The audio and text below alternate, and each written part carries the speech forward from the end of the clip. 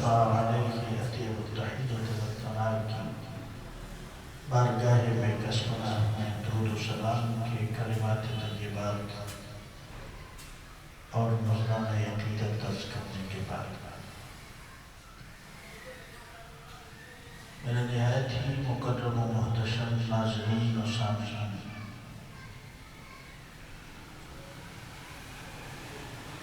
صد بار شکر اس رب قدیر کا کہ جس نے ہمیں اپنے حبیب کریم سید الانبیاء احمد مجتبیٰ حضرت محمد مصطفیٰ صلی اللہ علیہ وسلم کی امت میں جگہ عطا فرمائی ہے۔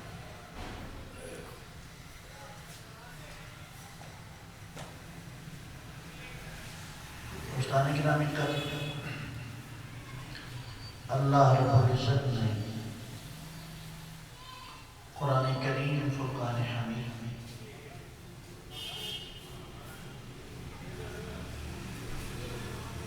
انسان کے حسن ظاہری کا تذکرہ بھی کیا ہے اور اس کے باطنی حسن کی بات کی۔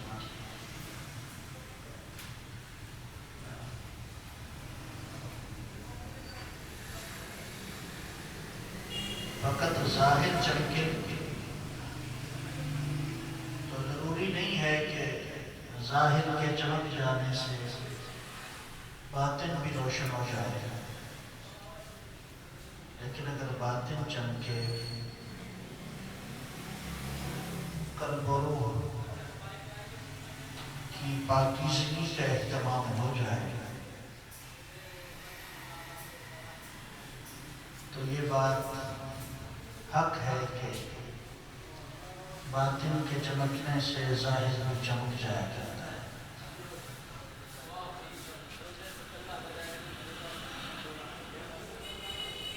جب ظاہر کی بات کی اللہ پاک نے تو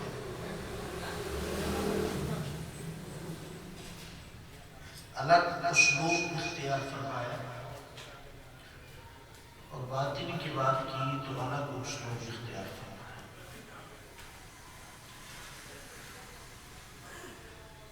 قرآن کریم کی آیات بینات اس بات پر گواہ ہیں، فرمایا والتین والزیتون وطور سینین وهذا البلد الأمين لقد خلقنا الإنسان في أحسن تقويم۔ چار قسمیں اللہ پاک نے اٹھائی،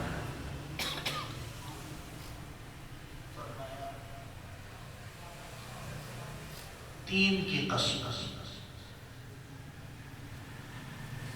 یعنی انجیل کی قسم، والزیتون اور زیتون کی قسم، وطور سینین اور طور سینا کی قسم، وہذا البلد الامین اور یہ امانتوں والے شہر مکہ کی قسم۔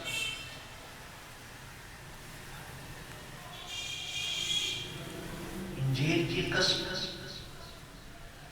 زیتون کی قسم اور وادی مقدس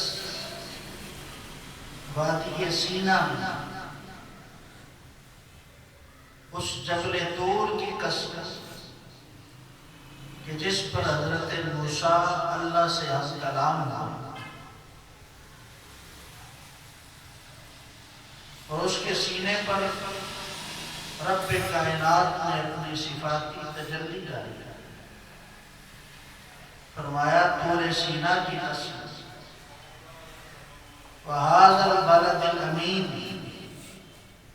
اور یہ امین شہر، امانتوں والا شہر، محبوب جس کی خاک کے ذروں میں آپ کے قدمین شریفین کے بوسے لیے اور آپ کی جائے ولادت بنا اس بلد امین کی قسم 4 قسمیں اٹھا کر رب کائنات نے اے حضرت انسان تیرے ظاہری حسن کو بیان فرمایا لَقَدْ خَلَقْنَا الْإِنسَانَ فِي أَحْسَنِ تَقْوِيمٍ ہم نے انسان کو بڑی خوبصورت شکل میں پیدا کرا ہے۔ قرآن کا موضوع انسان کی ہدایت ہے، قرآن کا موضوع انسان کی گمراہی کو دور کرنا ہے اور نور ہدایت میں اسے داخل کرنا ہے۔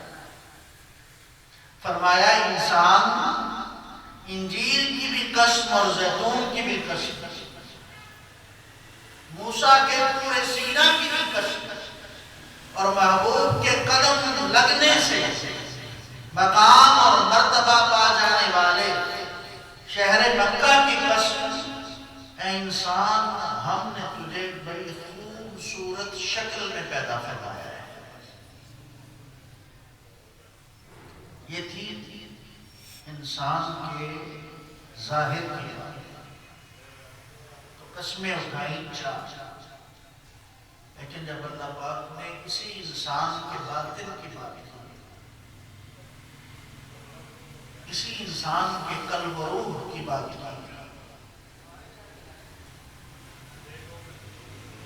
اور باطنی حسن کی بات کی، تو 4 نہیں بلکہ 11 قسمیں ہیں۔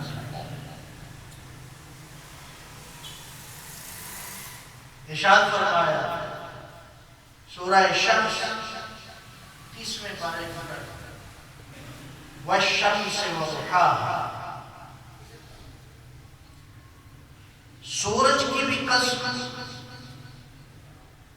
اور سورج سے نکلنے والی روشنی کی بھی قسم، وَالْقَمَرِ إِذَا تَلَاهَا، اور چاند کی قسم جبکہ وہ سورج کے پیچھے پیچھے آ جاتا ہے،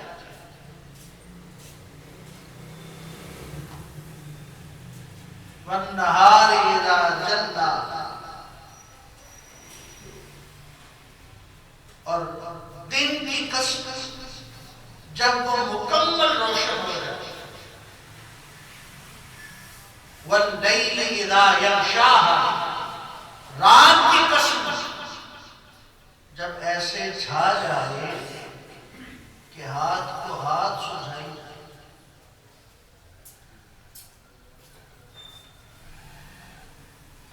وَالسَّمَاءِ وَمَا بَنَاهَا، اور آسمان کی قسم اس میں موجود ستاروں کی بھی اللہ نے قسمیں کھائی، اور دلیل کے طور پر آسمان کو پیش کیا، اے انسان غور کر اور دیکھ غور سے کہ آسمان کے نیچے تجھے کوئی ستون نظر آتا ہے، جس ستون سے اللہ نے اس آسمان کو کھڑا کر دیا، اور اسے بار بار دیکھنے کے بعد دوبارہ دیکھ، کیا اتنے بڑے آسمان میں تجھے کوئی پھٹن نظر آتا ہے؟ اس میں پھیلے ہوئے ستاروں کو دیکھ جنہیں کمکمے بنا کر اللہ نے اس آسمان کو سجا دیا ہے، وَالسَّمَاءِ وَمَا بَنَاهَا، آسمان کی بھی قسم، اس کو بنانے والے کی بھی قسم، وَالْأَرْضِ وَمَا طَحَاهَا، زمین کی قسم اور اس کو بچھانے والے کی قسم، یہ بچھی رہتی ہے، تم عمارتیں بناتے ہو، آہو فغاں نہیں کرتے، اس کو کھولتے ہو، کوئی شکوہ شکایت نہیں کرتے، زمین کی بھی قسم اور اس کو بچھ جانے کی یہ صفت عطا فرمانے والے کی قسم، وَنَفْسٍ وَمَا سَوَّاهَا، پھر فرمایا نفس کی قسم اور اس کو درست رکھنے والے کی قسم. فَأَلْهَمَهَا فُجُورَهَا وَتَقْوَاهَا، اس میں خیر بھی موجود ہے، اس میں شر بھی موجود ہے، اس میں رحمان کے خیالات بھی موجود ہیں اور اس میں شیطان کی واردات بھی موجود ہیں. اس میں کائنات کے رب کی طرف متوجہ کرنے والے سارے اسباب موجود ہیں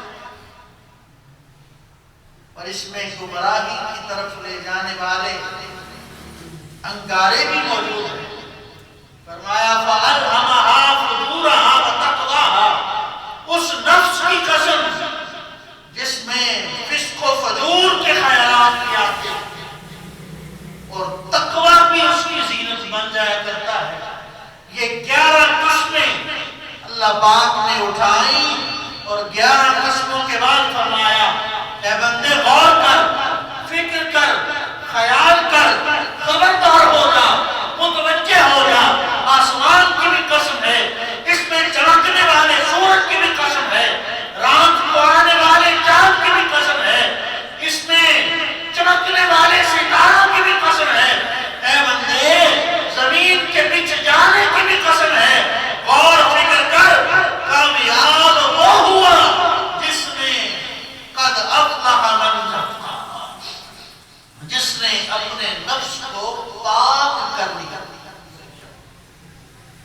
اب نفس کا تعلق ظاہر سے ہے کہ باطن سے؟ کس سے؟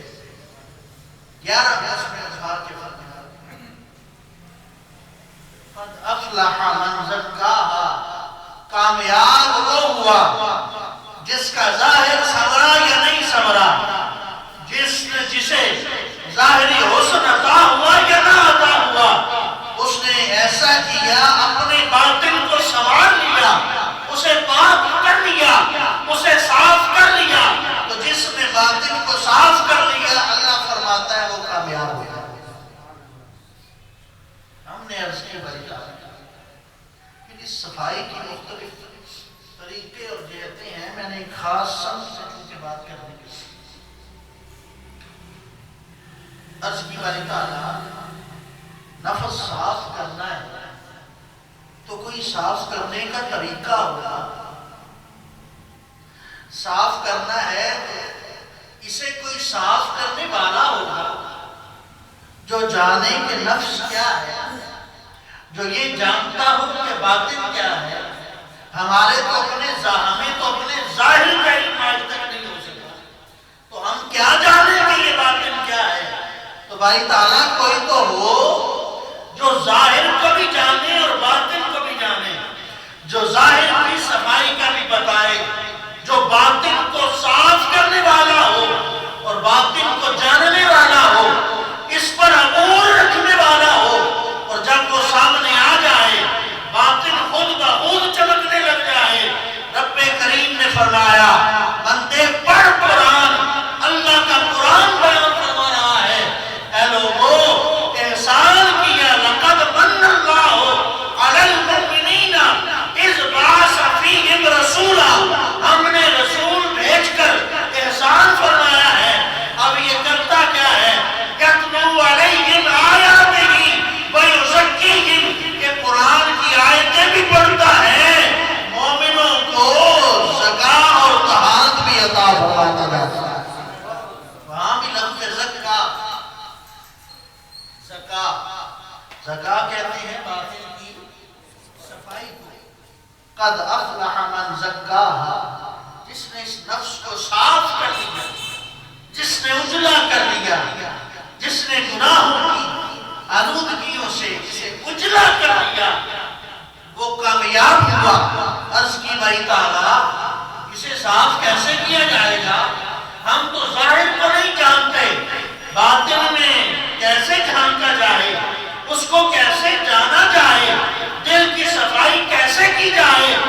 سارا دن اور ساری رات وسوسے دل کو کالا کرتے رہتے ہیں. اس کو اجلا بنانا چاہیں تو کیا کریں؟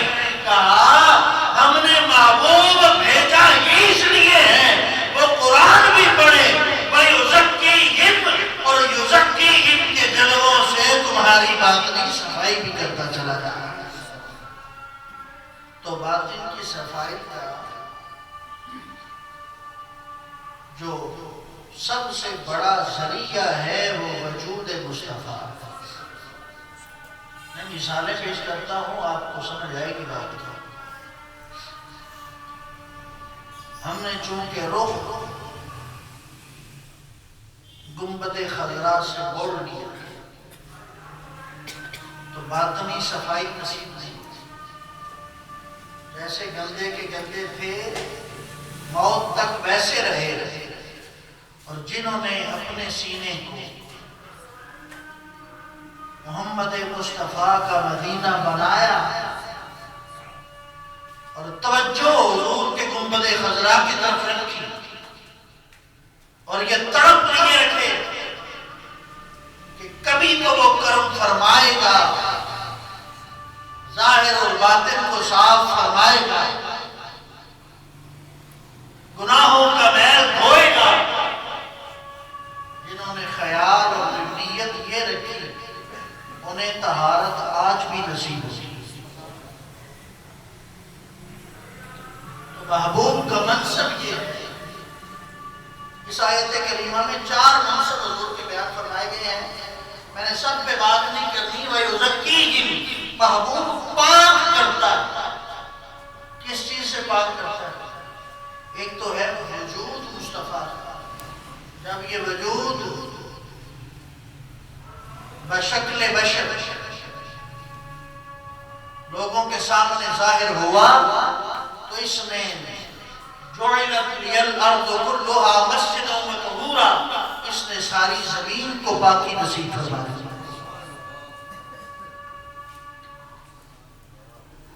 اور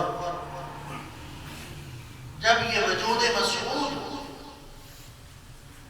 کفر کے سامنے آیا تو کفر کی آلودگی کو دور فرما کے ہدایت عطا فرمایا. وہ حضرت فضالہ رضی اللہ تعالیٰ عنہ کا واقعہ. جب حضور نے دعوت شروع کی تو لوگوں نے کہا یہ دیکھیں کہ ہمارے باپ دادا کے خداؤں کو جھٹلانے والے ایک فساد برپا ہو گیا مخالفت کا مکہ شہر میں. فضالہ کہتے ہیں میں نے یہ ارادہ کیا کہ کیوں نہ محمد مصطفیٰ صلی اللہ علیہ وسلم زندگی کے چراغ کو گل کر دیا جائے. نہ آپ ہوں گے، نہ تبلیغ فرمائیں گے، نہ بتوں کو برا بھلا کہیں گے، ہمارا کام بن جائے. آپ نے اپنے تہبند میں ایک خنجر تیز دھار زہر میں بجھا چھپا دیا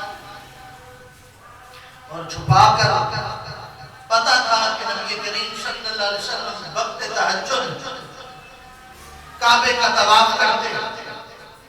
اب حضور کعبے کا طواف کرتے جاتے اور فضالہ بھی آ کر حضور کے پیچھے پیچھے طواف کرنا شروع کر دیتا. ایک چکر مکمل ہوا، دوسرا چکر مکمل ہوا، جب تیسرا چکر طواف کا لگا رہے ہیں نبی کریم صلی اللہ علیہ وسلم تو فضالہ نے جان لیا کہ آپ نے مجھے دیکھا نہیں. کیونکہ اگر جان لیتے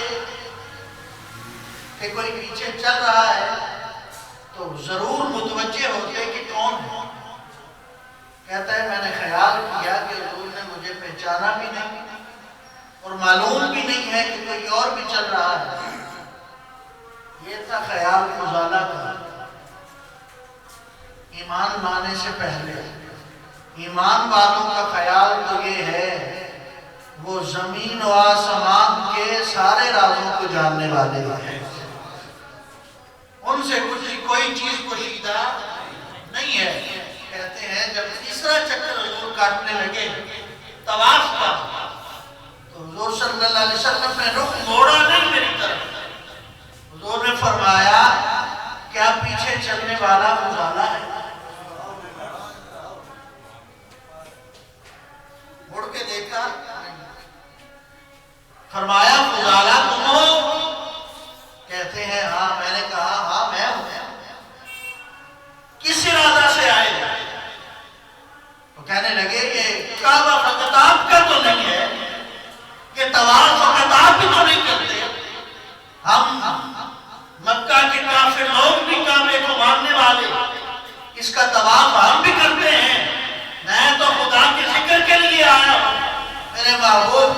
صلی اللہ علیہ وسلم نے جب یہ جواب سنا تو نگاہ وَيُزَكِّيهِمْ اٹھی، حضور نے چہرہ پاک پھیرا اور نگاہ ڈالی فضالہ پر اور آنکھوں میں آنکھیں ڈال کے کہنے لگے فضالہ اگر اللہ کے ذکر کے لیے آئے ہو اور کعبے کے طواف کے لیے آئے ہو پھر دیوبند میں چاقو چھپا کے تو نہیں لائے گا۔ اللہ کے ذکر کے لیے آئے تو پھر چاقو چھپا کر نہیں لائے جاتے۔ فضالہ کہتے ہیں جب حضور نے نگاہ ڈالی میرے دل کی دنیا بدلی، کفر کی آلودگی دور ہوئی۔ اب حضور نے اپنا دست اقدس وَيُزَكِّيهِمْ والا آگے بڑھایا، کہتے ہیں میرے سینے پہ رکھا، ابھی حضور نے ہاتھ ہٹایا نہیں تھا، نفرت دور ہو گئی، حضور سے محبت ہو گئی۔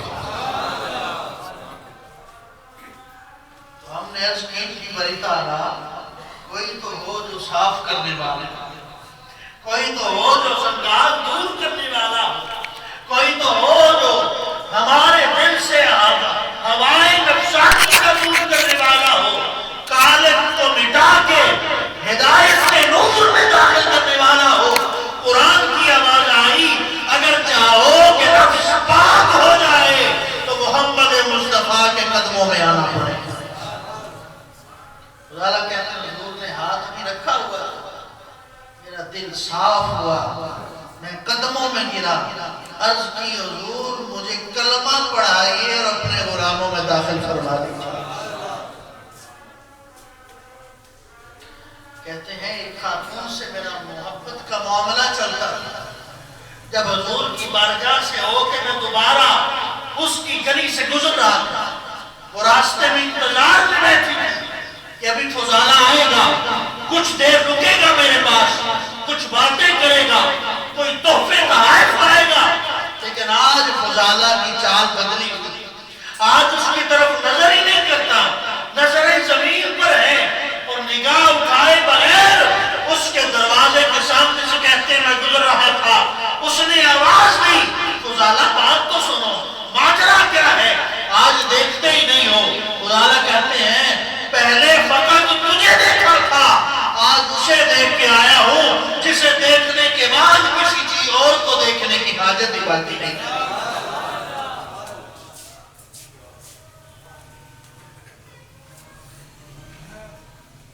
جسے دیکھنے کے بعد کسی اور کو دیکھنے کی حاجت باقی نہیں رہتی، اس کا جمال میری نظروں میں آ گیا ہے کہ جس نے کائنات کے رب کو دیکھا ہے اس کی نگاہ کا اسیر ہو گیا ہوں، جس کی نگاہ پاک کفر کی آلودگی سے نکال کر ہدایت کے نور میں داخل فرما دیا۔ حضرت عمیر میں گزارش کر رہا ہوں کہ پاک کون کرتا ہے؟ نبی پاک صلی اللہ علیہ وسلم۔ پاک کون کرتا ہے؟ نبی پاک۔ حضرت عمیر بن وہب ایمان نہیں دیا، مکہ میں پریشانی کی کیفیت میں بیٹھے، عمیر بن وہب کا بیٹا بدر میں قیدی تھا، پریشان ہے کہ ایک ہی بیٹا تھا، اسے قید کر لیا گیا، پتہ نہیں بیٹا واقعی